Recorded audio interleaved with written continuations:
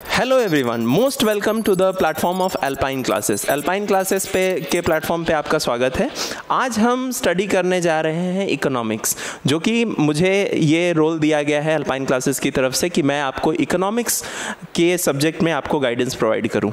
Okay, सो अगर आप देखेंगे तो हमारे आज के लेक्चर का मेन जो पर्पज़ है वो है कि हम इकोनॉमिक्स को स्टडी करें।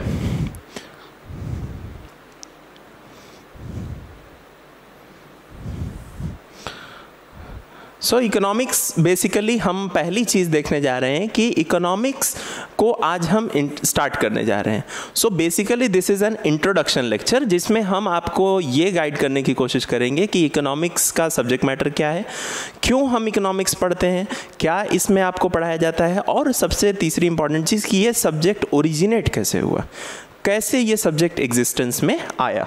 Okay, so basically first thing what we are going to start is origin.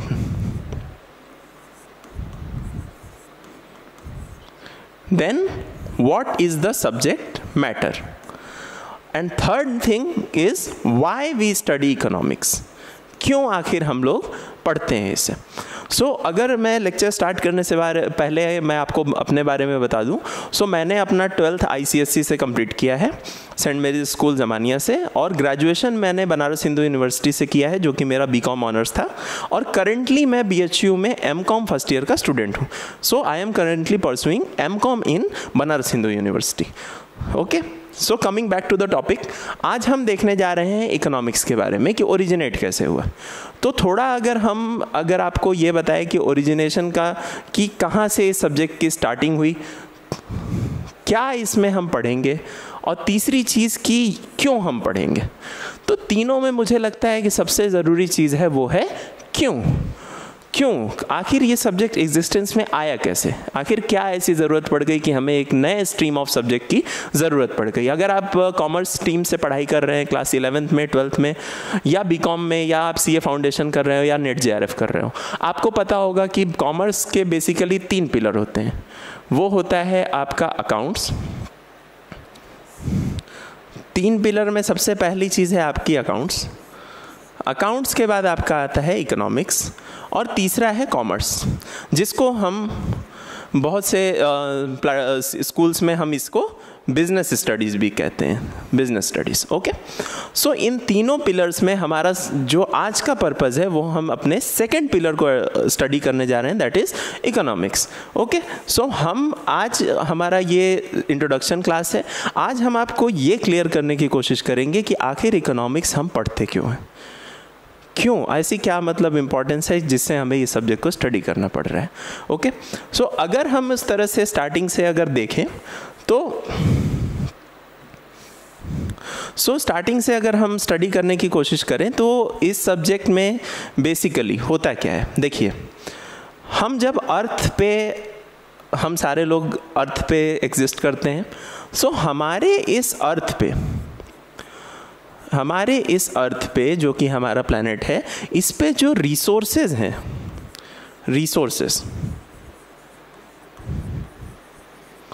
ये रिसोर्सेज हमारे लिमिटेड हैं। जो भी यहाँ अर्थ पे चीज़ें प्रेजेंट हैं, चाहे आपका लैंड हो, वाटर हो, आपके जो सोसाइटी में जो ह्यूमंस एग्जिस्ट करते हैं, या जो भी रॉ मटेरियल्स वगैरह या मिनरल्स जो भी अर्थ के नीचे पाए जाते हैं, वो सारी चीज़ें एक लिमिटेड मीडियम में एग्जिस्ट करती हैं। ओके, सो जब भी हमारे पास रिसोर्सेज जो हैं ये हमारे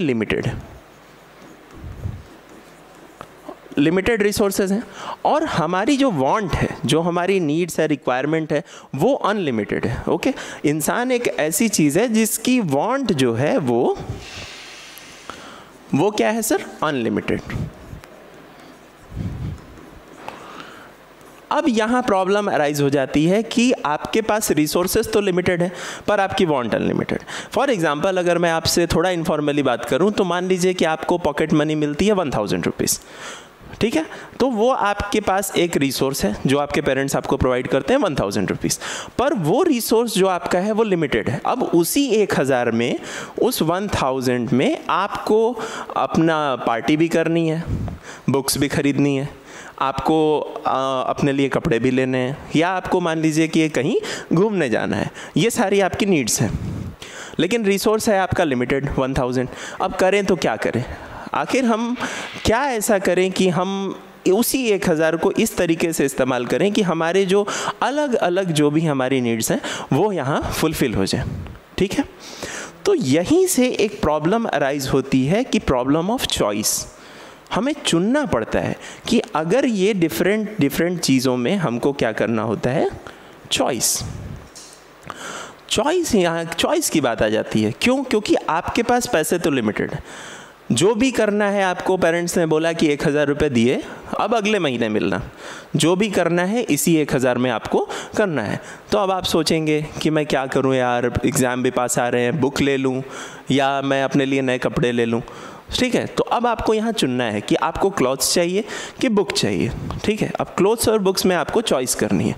और चॉइस की स्टडी, ठीक है, चॉइस क्यों करनी है?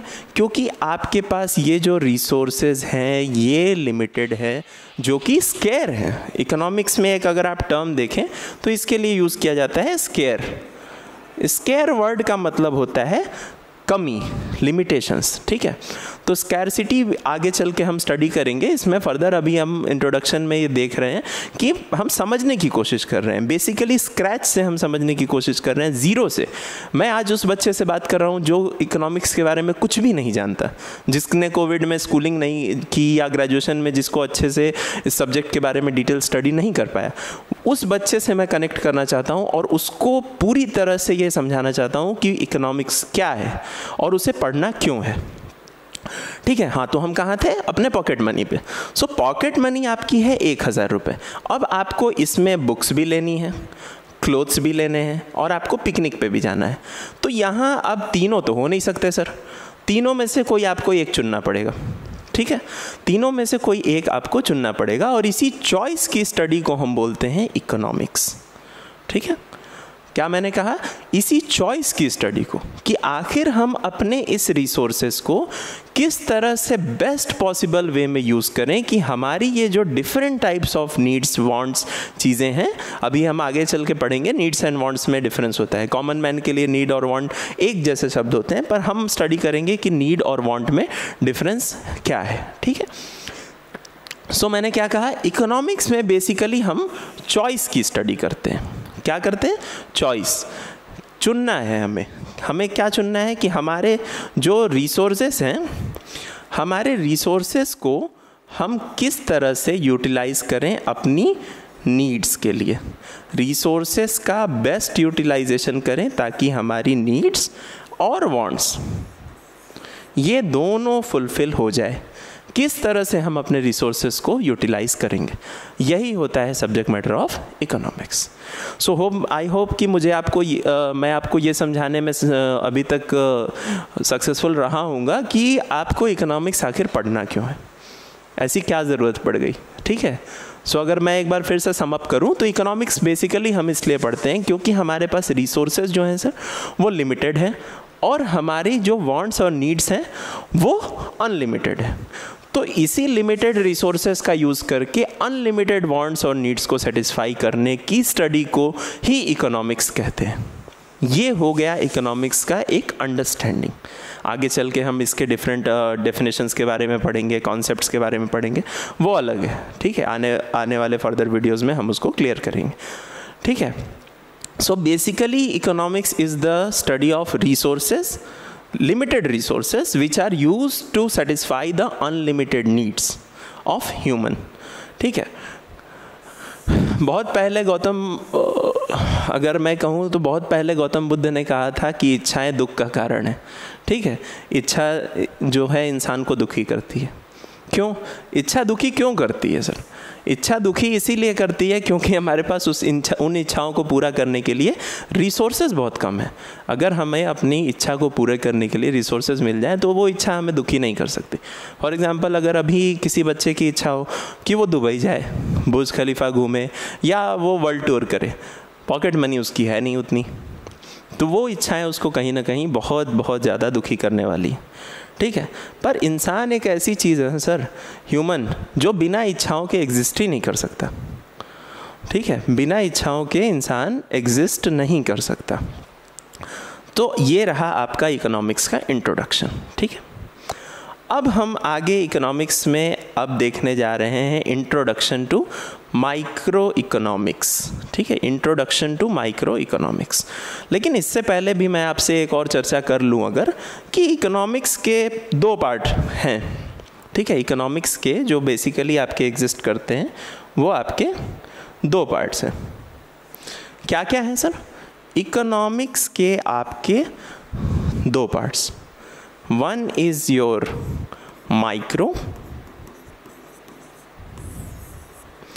And another is your macro. ये दो हैं। ठीक है, तो अगर ऐसा कहें तो मुझे ऐसा, आपको ऐसा लगेगा कि ये दिस इज़ द मदर, ये माँ है और ये उसके दो बच्चे हैं।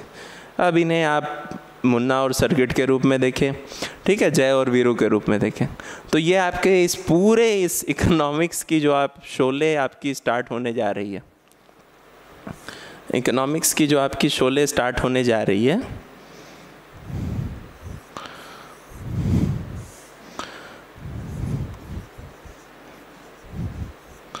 इस शोले के दो ही जय और वीरू हैं, एक है आपका माइक्रो और एक है आपका मैक्रो।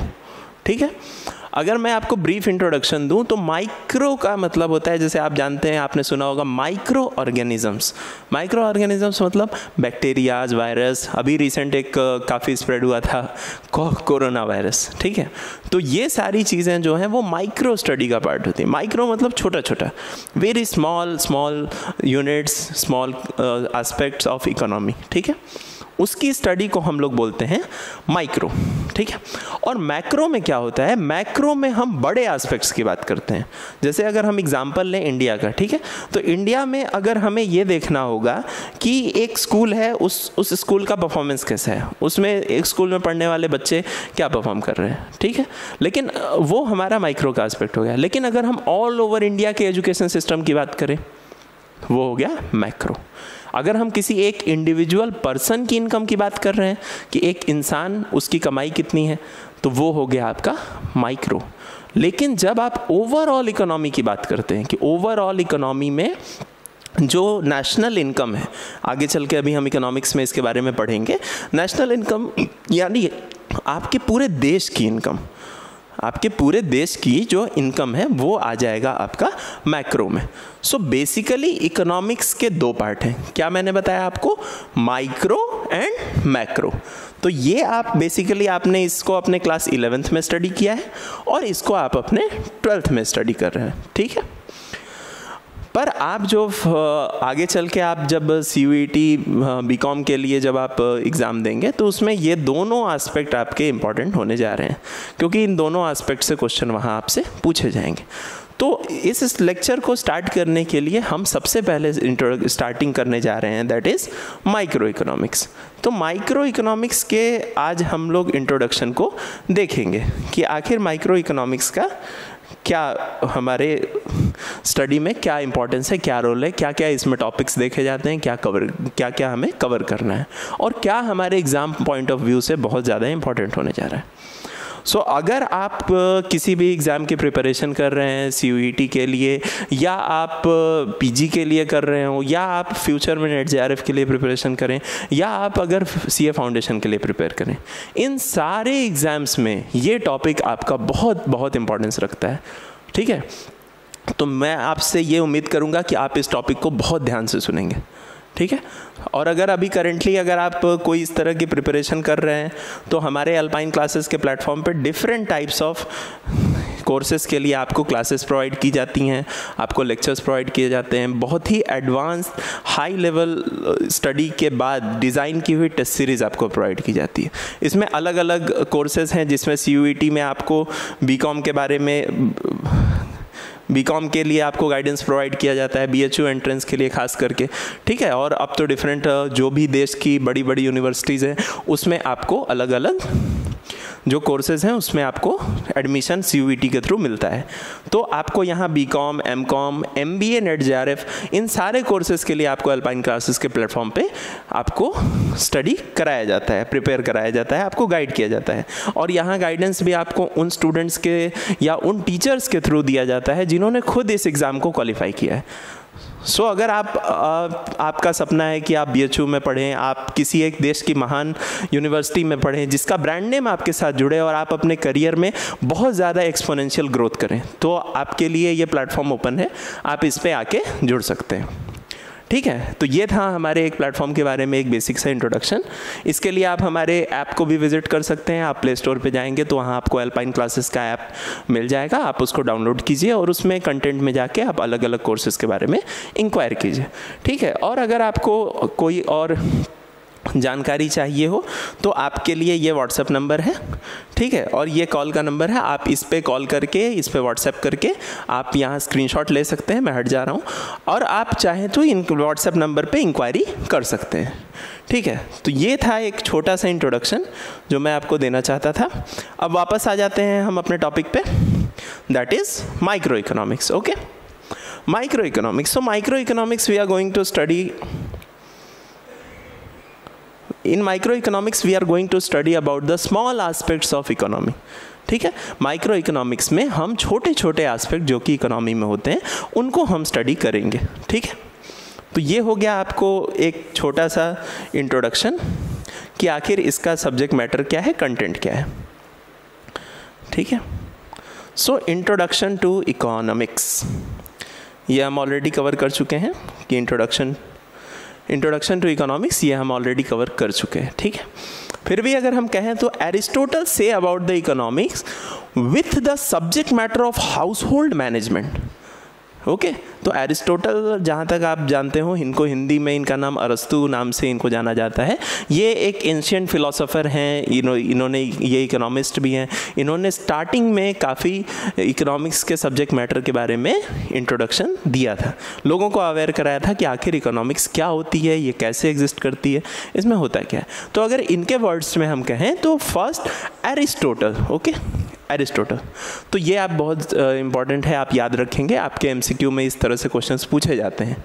ओके, तो Aristotle say about the economics with the subject matter of house hold management. House hold management यानी घर का मैनेजमेंट। आपका जैसे घर है, आपकी मम्मी, आपके पापा उसको, या आपके जो भी ग्रैंड पेरेंट्स हैं वो उसको मैनेज करते हैं। ठीक है, तो एक हाउस होल्ड को, एक घर को किस तरह से मैनेज करना है, इसकी स्टडी को ही एरिस्टोटल ने क्या बताया, इकोनॉमिक्स। सो इसमें दो चीज़ थी। किसी भी एक हाउस होल्ड में अगर आप देखेंगे तो हाउस होल्ड में दो चीज़ें होती हैं, एक है आपकी इनकम, ठीक है, एक है आपकी इनकम, ठीक है, और दूसरा है आपका एक्सपेंस। एक है आपकी इनकम और एक है आपका एक्सपेंस। तो किसी भी घर को मैनेज करने के लिए सबसे इम्पॉर्टेंट चीज़ जो होती है वो होता है एक बजट प्रिपेयर होता है। हर मिडिल क्लास फैमिली, जो लोअर मिडिल क्लास फैमिली से बिलोंग करते हैं, जिनके पेरेंट्स की एक फ़िक्स इनकम है, सैलरी आती है, वो इस बात से काफ़ी अच्छी तरह से अवेयर होंगे कि वो अपने हर चीज़ों को प्लान करके चलते हैं कि उनका मंथली एक्सपेंसेस कितना है, क्या रेंट है, क्या सैलरी से उनको रेंट पे करना है, इलेक्ट्रिसिटी बिल, स्टूडेंट्स, अपने बच्चों के जो भी फीस वगैरह है या मेडिकल एक्सपेंसेस जो भी है वो उसमें मैनेज करते हैं। ठीक है, तो हाउस होल्ड मैनेजमेंट में हम देखते हैं इनकम, कि हमारे फैमिली की इनकम कितनी है, आखिर हम डिफरेंट सोर्सेस से हम कितना अपने घर में इनकम ले आते हैं। और सेकेंड इम्पॉर्टेंट चीज़ कि वो इनकम हमारी खर्च कहाँ होती है। ठीक है, वो इनकम, सो दो चीज़ें थी, वो क्या था आपका हाउस होल्ड में, that is income and expense. So हम हाउस होल्ड में दो चीज़ों को देखते हैं, एक इनकम और एक एक्सपेंस। तो इनकम में हम पहली बार देखेंगे कि डिफरेंट सोर्सेज से आपके फैमिली में पैसे कहाँ से आते हैं। मान लीजिए आपके फादर की सैलरी से आते हों, मे बी अगर आपकी मम्मी अगर वर्किंग हैं तो उनकी जो भी इनकम आती हो, और अगर आपने अपने घर में रेंट वगैरह पे रूम दे रखा है, जो कि बड़े शहरों में लोग अक्सर दे देते हैं स्टूडेंट्स को या वर्किंग प्रोफेशनल्स को, तो उससे अलग अलग सोर्सेज से आने वाली इनकम एक तरफ हम रखते हैं, और एक्सपेंसेस कि जो इनकम आ गई अब वो घर में खर्च कहाँ कहाँ होती है, बच्चों की स्कूल की फ़ीस में जाती है, उनके एजुकेशनल एक्सपेंस वगैरह, या जो भी मेडिकल एक्सपेंसेस जो इलाज में जो पैसे खर्च होते हैं, या मे बी अगर आपके जो ग्रोसरीज़ में और किचन में जो भी एक्सपेंसेस घर में लगते हैं। तो अगर हम एरिस्टोटल की लैंग्वेज में कहें तो एरिस्टोटल का बेसिकली कहना ये था कि हमारे जो हाउस होल्ड का मैनेजमेंट है कि उसकी इनकम कहाँ से आएगी और उसका एक्सपेंसेस कहाँ कहाँ होगा। इस स्टडी को ही इकोनॉमिक्स कहते हैं। ठीक है, तो ये था इकोनॉमिक्स का सबसे शुरुआती समय, जब इकोनॉमिक्स को सिर्फ हाउस होल्ड के लेवल पे देखा जाता था। पर जैसे जैसे इसका समय बढ़ता गया, लोगों की रिक्वायरमेंट जो डिमांड थी वो बढ़ने लगी, तो ये चीज़ें जो है यहाँ तक सीमित नहीं रहीं और इसके आगे भी बढ़ी। ठीक है, तो अगर हम उसकी बात करें तो अगला जो हमारा जो आता है वो है there after the Vishnugupta Chanakya. Vishnugupta Chanakya, आपने चाणक्य के बारे में सुना होगा हिस्ट्री में, अगर आप देखें तो चाणक्य जो थे वो चंद्रगुप्त मौर्य के गुरु थे और उन्होंने द ग्रेट मौर्यन एम्पायर को इस्टेब्लिश करने के लिए काफ़ी बचपन से ही चंद्रगुप्त को ट्रेन किया था। ठीक है, तो चंद्रगुप्त जो एम्पायर जो चंद्रगुप्त की थी वो बेसिकली इस्टेब्लिश हुई थी, that was because of Chanakya, और उनकी जो नीतियाँ थी, आज भी उसकी एक बुक आती है और उसको लोग लेके स्टडी करते हैं। सो चाणक्य का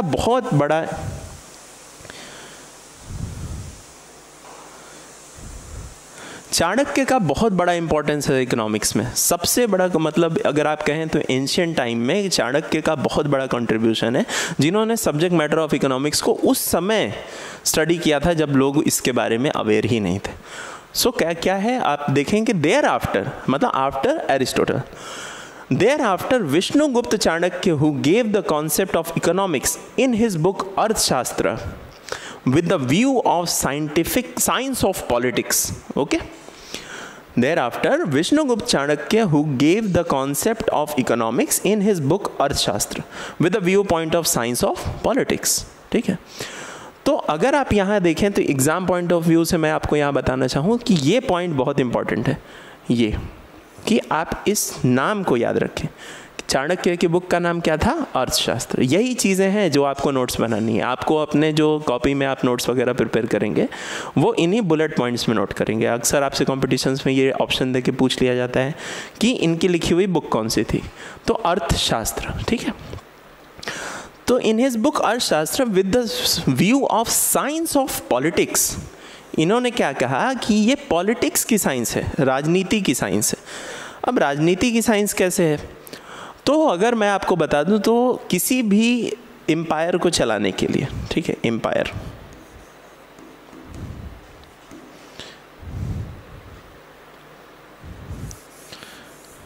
साइंस ऑफ पॉलिटिक्स, तो ये साइंस ऑफ पॉलिटिक्स कैसे है? साइंस ऑफ पॉलिटिक्स ये इस तरह से है कि किसी भी जब आपको बड़े साम्राज्य को चलाना होता है, किसी भी देश को चलाना होता है, करंट टाइम में भी आप देखिए जो कंट्री को जो लोग रन करते हैं, हमारे पॉलिटिशियंस जो इस कंट्री को इस समय रन कर रहे हैं, वो भी जानते हैं कि कहीं ना कहीं बजट बहुत इंपॉर्टेंट हो सकता है। ठीक है, हमारे देश का भी एनुअल बजट आता है, वो आपको पढ़ना भी चाहिए for general knowledge purpose also, as a commerce student भी आपको उसको पढ़ना चाहिए। तो साइंस ऑफ पॉलिटिक्स ये इसलिए है क्योंकि जब आप किसी एम्पायर को स्टैब्लिश करते हैं, ठीक है, तो उसके लिए आपको एक चीज़ की ज़रूरत होती है, दैट इज़ इकोनॉमी। इकोनॉमी मतलब पैसा, पैसा। ठीक है, अगर आप बुक का नाम देखें अर्थशास्त्र, अर्थ का मतलब होता है सर मनी, ओके, अर्थ का मतलब होता है धन, मनी, मनी। सो मनी के जो एक शास्त्र जिसमें पैसे के बारे में, पैसे के मैनेजमेंट के बारे में, किस तरह से टैक्सेस कलेक्ट करने हैं, किस तरह से एक्सपेंसेस करने हैं, इन सारी चीज़ों को यहाँ स्टडी किया जाता था। तो चाणक्य को शुरुआती समय में बहुत अच्छे से ये बात समझ में आ गई थी क्योंकि वो एक बहुत ही विद्वान व्यक्ति थे। उनको ये चीज़ समझ में आ गई थी कि अगर मुझे अपने एम्पायर को अगर मुझे अपने एग्जिस्ट कराना है तो मुझे इकोनॉमी कहीं ना कहीं चाहिए। ठीक है, क्योंकि बिना पैसे के किसी राज्य को नहीं चलाया जा सकता।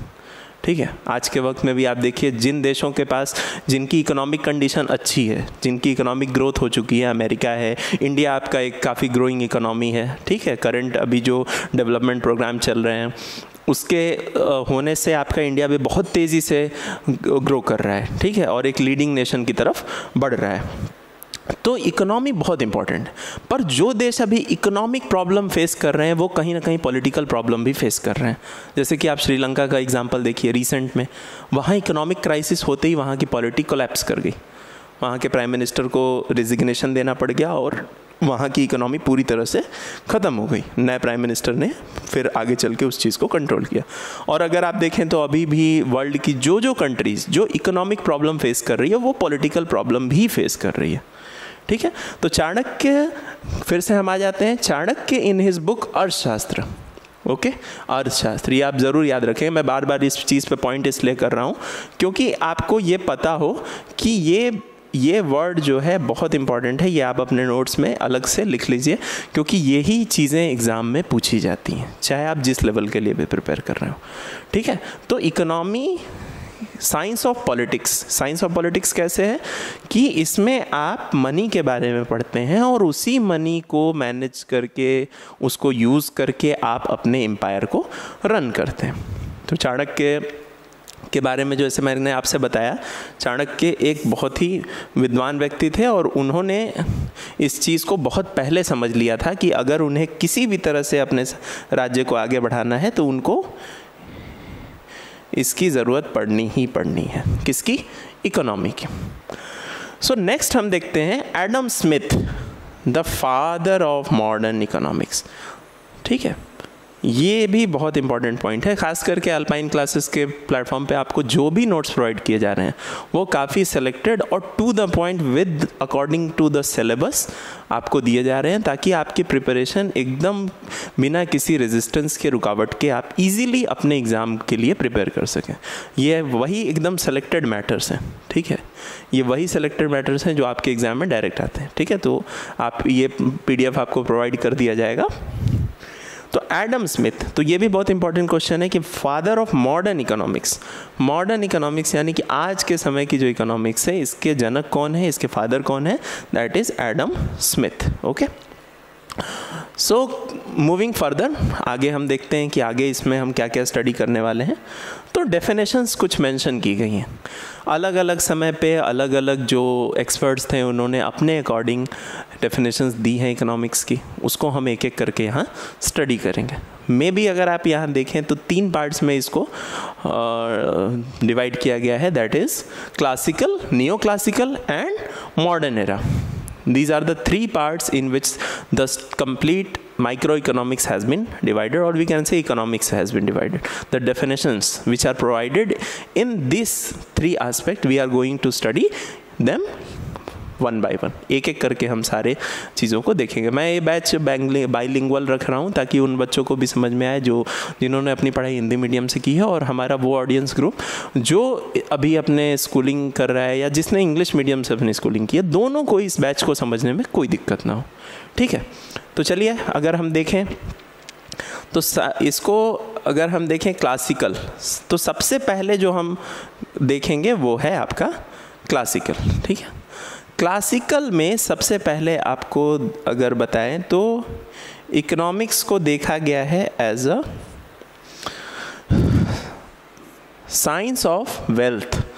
साइंस ऑफ वेल्थ, वेल्थ मतलब सर पैसा, धन, संपत्ति, संपदा, जो भी एक राज्य में जो भी पैसे हैं, जो रिसोर्सेज हैं, जो मनी है, उन सारी चीज़ों की जो स्टडी है उसको इकोनॉमिक्स माना गया था, ठीक है। प्राइस के पॉइंट ऑफ व्यू से चीज़ों को देखा जाता था।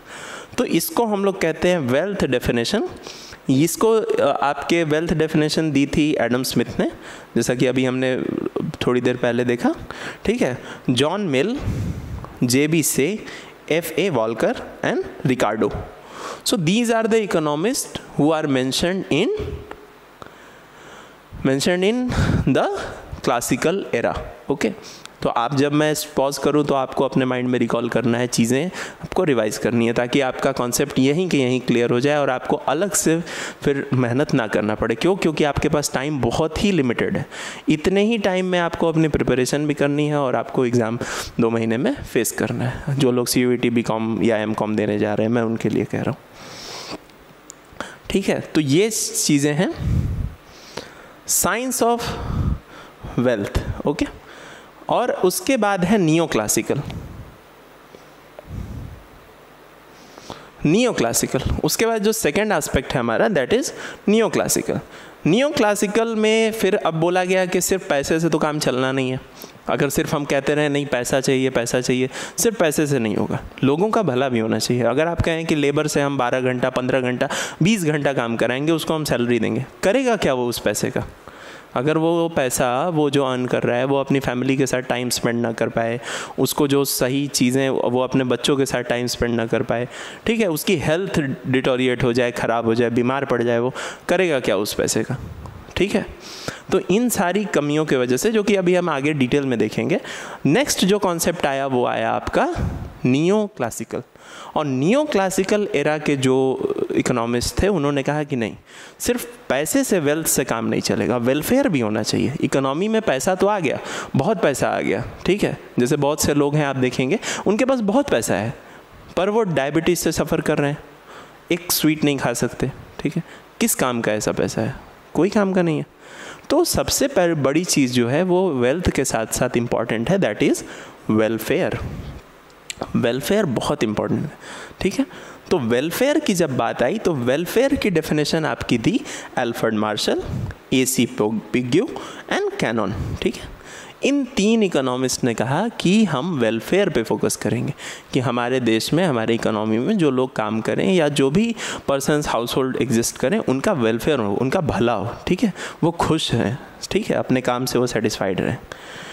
इन सब चीज़ों के होने के बाद जो नेक्स्ट कॉन्सेप्ट आया दैट इज़ मॉडर्न एरा, जो कि अभी जिस सिचुएशन में, जिस फेज़ में हम लोग हैं, ऐसा होने लगा कि इनको भी कुछ कमियां दिखाई दी, ठीक है। इकोनॉमिक्स में या किसी भी सब्जेक्ट में जो होता है, क्रिटिसिज्म बहुत इंपॉर्टेंट रखता है। टाइम के साथ पुरानी थ्योरीज़ को क्रिटिसाइज़ करके उसमें कमियां जो हैं वो उनको निकाल के नई थ्योरीज़ दी जाती हैं। जो लोग अभी रिसर्च वगैरह में हैं वो पुराने जो प्रिंसिपल्स हैं उसको रिजेक्ट करके नए प्रिंसिपल को इंट्रोड्यूस करते हैं, ठीक है। तो मॉडर्न एरा में अगर आप देखेंगे तो मॉडर्न एरा में 3 चीज़ें। मॉडर्न एरा जो आपका स्टार्ट होता है, वो जो अभी हम जिस एरा में हैं, ठीक है, मॉडर्न एरा जो आपका स्टार्ट होता है वो होता है साइंस ऑफ स्कैरसिटी से। सबसे पहली चीज़ साइंस ऑफ स्कैरसिटी। क्यों? क्योंकि अब तो पॉपुलेशन बढ़ रही है, कंट्री की पॉपुलेशन आपके बढ़ रही है, वर्ल्ड की पॉपुलेशन बढ़ रही है, पर रिसोर्सेज जो हैं वो कहीं ना कहीं लिमिटेड है, वो नहीं बढ़ रहा है। लैंड जितना है उतना ही है, ठीक है, पॉपुलेशन बढ़ती जा रही है। वाटर रिसोर्सेज दिन पे दिन वो अपनी क्वालिटी लूज़ कर रहा है, एयर पॉल्यूशन हो रहा है, या जो आपके लैंड के नीचे रिसोर्सेज थे जो टाइम के साथ यूटिलाइज हो गए, वो सारे रिसोर्सेज आपके डिप्लीट कर रहे हैं। तो वो रिसोर्सेज लिमिटेड हैं, उसके वजह से क्या हो गई? स्कैरसिटी। स्कैरसिटी का मतलब होता है सर कमी, ठीक है। स्कैरसिटी का मतलब होता है कमी, या आप कह सकते हैं कि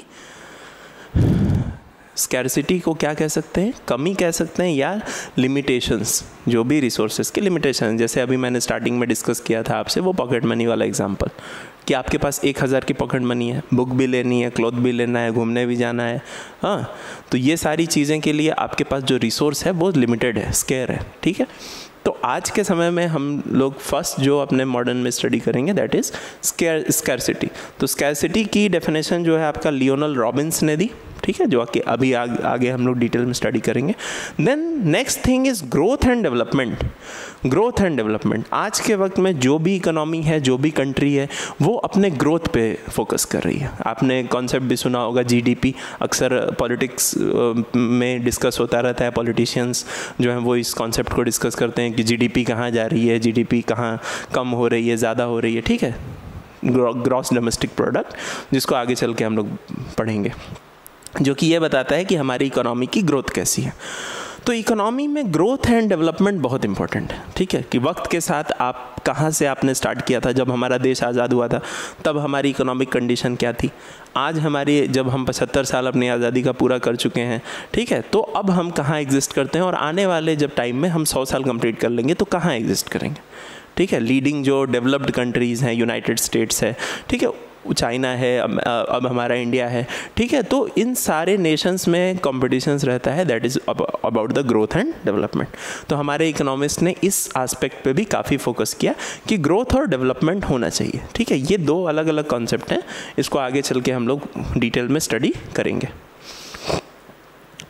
थर्ड कॉन्सेप्ट इज़ वांटलेस, ठीक है, वांटलेस इकोनॉमी, ये होना चाहिए, क्योंकि इसमें क्या हम लोग डिस्कस करते हैं कि क्या इकोनॉमी में लोग जो हैं उनकी डिमांड है, रिक्वायरमेंट वगैरह है, उसको भी हम लोगों को स्टडी करना बहुत इंपॉर्टेंट, ठीक है। तो ये था आपका बेसिक इंट्रोडक्शन अबाउट इकोनॉमिक्स, उसका सब्जेक्ट मैटर, उसके दो क्लासिफिकेशन। फिर से अगर एक बार मैं आपको रिवाइज करा दूँ तो इकोनॉमिक्स में बेसिकली हम लोग दो एस्पेक्ट को पढ़ते हैं, one is micro and another one is macro, ठीक है। माइक्रो में हम छोटी चीज़ों के छोटे एस्पेक्ट्स के बारे में बात करते हैं, मैक्रो में हम बड़े एस्पेक्ट्स के बारे में बात करते हैं। तो ये था हमारा माइक्रो एंड मैक्रो, ठीक है। उसके बाद हम जब माइक्रो इकोनॉमिक्स को, आज का जो हमारा बेसिक टॉपिक था इंट्रोडक्शन टू माइक्रो इकोनॉमिक्स, इसमें हमने स्टार्टिंग की इकोनॉमिक्स से कि इकोनॉमिक्स क्या है, ठीक है। तो मैंने आपको जैसे बताया कि रिसोर्सेज लिमिटेड हैं और उस लिमिटेड रिसोर्सेज से हमें अपनी अनलिमिटेड वांट्स को सेटिस्फाई करना है, ठीक है। अनलिमिटेड वांट्स को हमको सेटिस्फाई करना है, और satisfaction of unlimited wants with the limited resources by their best possible utilisation. कैसे करेंगे कि जब उन रिसोर्सेज का हम सबसे बेस्ट पॉसिबल यूटिलाइजेशन कर सकें, तो उससे हमारा जो subject matter of economics develop होता है। क्यों? क्योंकि एक तो रिसोर्सेज स्केयर है, उसके बाद उसका अलग अलग यूज़ है, ठीक है। रिसोर्सेज का अलग अलग यूज़ है, जैसे आपको मैंने स्टार्टिंग में एग्जांपल लिया था, आपकी पॉकेट मनी 1000 है, तो उस 1000 की पॉकेट मनी से आपको बुक भी लेना है, आप क्लोथ भी ले सकते हैं, आप घूमने भी जा सकते हैं। तो ये क्या है? ये उस 1000 का अलग अलग रिसोर्सेज का, उस 1000 रुपये के रिसोर्स का अलग अलग यूज़ है, और न जाने अभी उसके कितने यूज़ होंगे। आप लोग उस पैसे से मूवी देखने जा सकते हैं, पिकनिक पे जा सकते हैं, कुछ भी कर सकते हैं। तो वैसे ही हमारे इकोनॉमी में जो भी रिसोर्सेज हैं उसके बहुत सारे यूज़ होते हैं, ठीक है। अगर एक लैंड है तो उस लैंड पे आप स्कूल बना सकते हैं, बिल्डिंग बना सकते हैं, मॉल बना सकते हैं, घर बना सकते हैं, ठीक है। तो वो उस लैंड के डिफरेंट यूजेस को दिखाता है। तो हम अपने रिसोर्सेज को उन बेस्ट पॉसिबल वेज में यूज़ करेंगे जिससे वो रिसोर्सेस अपना फुलर हम लोग यूटिलाइजेशन कर सकें और अपनी अनलिमिटेड नीड एंड वांट्स को हम सेटिस्फाई कर सकें, ठीक है। सो उसके बाद हमने ये देखा था कि एरिस्टोटल ने हाउस होल्ड मैनेजमेंट के बारे में बात की थी, एंड विष्णुगुप्त चाणक्य जिनके बारे में मैंने बताया कि वो साइंस ऑफ पॉलिटिक्स, ये वर्ड आई होप आपको क्लियर हो गया होगा कि उन्होंने साइंस ऑफ पॉलिटिक्स क्यों कहा। क्योंकि पॉलिटिक्स को चलाने के लिए इकोनॉमी बहुत इंपॉर्टेंट रखती है, ठीक है। मैंने जैसे बताया कि जो कंट्रीज़ इकोनॉमिकली स्टेबल हैं उनकी पॉलिटी भी स्ट्रांग है, ठीक है। वहाँ गवर्नमेंट स्टेबल है, वहाँ डेवलपमेंट हो रहा है, वर्क हो रहा है, वो सारी चीज़ें वहाँ हो रही हैं। उसके बाद हमने देखा कि Adam Smith is called the father of modern economics. ये चीज़ आपको अच्छे से याद कर लेनी है। ये तीनों पॉइंट्स जो हैं वो आप अपने ब्रेन में एकदम इम्प्रिंट कर लीजिए, उसको लॉक कर लीजिए। मैं तो कहूँगा कि इसको एकदम मेमोराइज कर लीजिए, क्योंकि ये वो टॉपिक्स हैं जहाँ से क्वेश्चंस डायरेक्ट पूछे जाते हैं, और ये अगर आपको आप यहाँ क्लियर कर लेंगे तो ये आपको सीधे एग्ज़ाम्स में आपको 2-3 क्वेश्चंस आपके सही हो जाएंगे। उसके बाद डेफिनेशन ऑफ इकोनॉमिक्स में हमने देखा कि इकोनॉमिक्स की डेफिनेशन को अलग अलग टाइम पीरियड में अलग अलग इकोनॉमिक्स ने अपने वे में डिफाइन की है, ठीक है। पहले किसी ने की, उसमें कुछ कमियां थी तो उसको अपडेट करके दूसरे ने की, उसमें जो कमियां थी उसको अपडेट करके तीसरे ने की। फॉर एग्जाम्पल हो सकता है फर्दर फ्यूचर में कोई और इकोनॉमिस्ट ऐसा डेवलप हो सकता है वो इकोनॉमिस्ट हमारी ये क्लास देख रहा हो, ठीक है। वो फ्यूचर में चल के मे बी ऐसी कोई रिसर्च करे जिससे हम इकोनॉमिक्स के नए एस्पेक्ट्स को देख सकें, ठीक है। क्योंकि आप ही लोग देश का भविष्य हैं, फ्यूचर आप ही हैं, ठीक है। आप ही हैं जो आगे चल के इस चीज़ों को डेवलप कराएंगे। तो क्लासिकल में हमने देखा science of wealth, neo classical में हमने देखा साइंस ऑफ वेलफेयर, तो साइंस ऑफ वेल्थ में हमने देखा कि हम सिर्फ मनी के बारे में स्टडी करते हैं, प्राइस, किसी भी चीज़ की प्राइस पे ही स्टडी करते हैं उस चीज़ को। वेलफेयर में हम लोग देखते हैं कि नहीं, उसका और भी चीज़ें होनी चाहिए, उसमें हैप्पीनेस होना चाहिए, सेल्फ सेटिस्फैक्शन वगैरह भी होने चाहिए। मॉडर्न में हमने देखा कि साइंस ऑफ स्कैरसिटी है, ग्रोथ है, डेवलपमेंट और वांटलेस, ये 3 चीज़ें हमने देखी। तो ये था आपका पूरा ओवरव्यू, ठीक है, इकोनॉमिक्स का ओवरऑल जो हमने देखा। अब इसको हम लोग आने वाले फर्दर लेक्चर्स में हम लोग इसको और डिटेल में स्टडी करेंगे। तो देखिए आज आपने कितनी कुछ चीज़ें नई सीखी, ठीक है। ये सारे एस्पेक्ट्स जो आपने पहले भी पढ़े होंगे, पर आपको जो क्लैरिटी आज अचीव हुई, मैं होप करता हूँ कि टाइम के साथ साथ ये क्वालिटी मैं और इम्प्रूव करूँगा और आपको भविष्य में और अच्छे तरीके से चीज़ें क्लियर होती जाएंगी, ठीक है। तो आज का लेक्चर हम यहीं कंप्लीट करते हैं। बहुत जल्द हम लोग मिलेंगे एक नए लेक्चर में, जिसमें हम ये इन्हीं एस्पेक्ट्स को हम लोग डिटेल में और जल्दी स्टडी करेंगे, ठीक है। तो मेरी आपसे ये रिक्वेस्ट है कि आप अल्पाइन क्लासेस के प्लेटफॉर्म पे जुड़ें, ठीक है।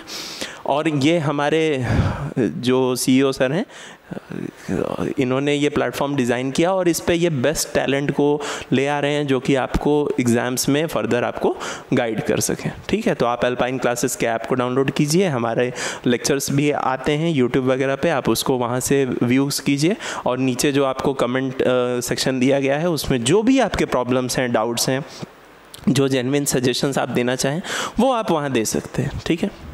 ये तो हो गई यहाँ तक की बात। अब बात आती है हमारे और आपके बीच की। मैं आपको पढ़ा रहा हूँ, टीचिंग, आप वो नॉलेज ले रहे हैं। एंशिएंट टाइम से एक परंपरा चली आ रही है गुरु दक्षिणा की। तो अगर आपने इस क्लास से कुछ भी सीखा जिससे आपका कोई भी बेनिफिट हुआ, ठीक है, तो वो गुरु दक्षिणा के तौर पे आप नीचे एक जो लाल कलर का सब्सक्राइब बटन है उसको आप प्रेस कर लीजिए, ठीक है। तो वो मैं मान लूँगा कि वही मेरी फ़ीस है, और एक लाइक आप कर देंगे तो वो मुझे एक मोटिवेशन मिलेगा कि जो मैंने आज पढ़ाया, जो भी मेरा जो कंटेंट जो मैंने दिया उससे आप सेटिस्फाइड हैं, ठीक है। तो मेरी आपसे 2 रिक्वेस्ट है, first like our video and then subscribe to our channel, and third thing is you can also visit on the play store and you can download our app. Okay, thank you for today. जय हिंद, जय भारत।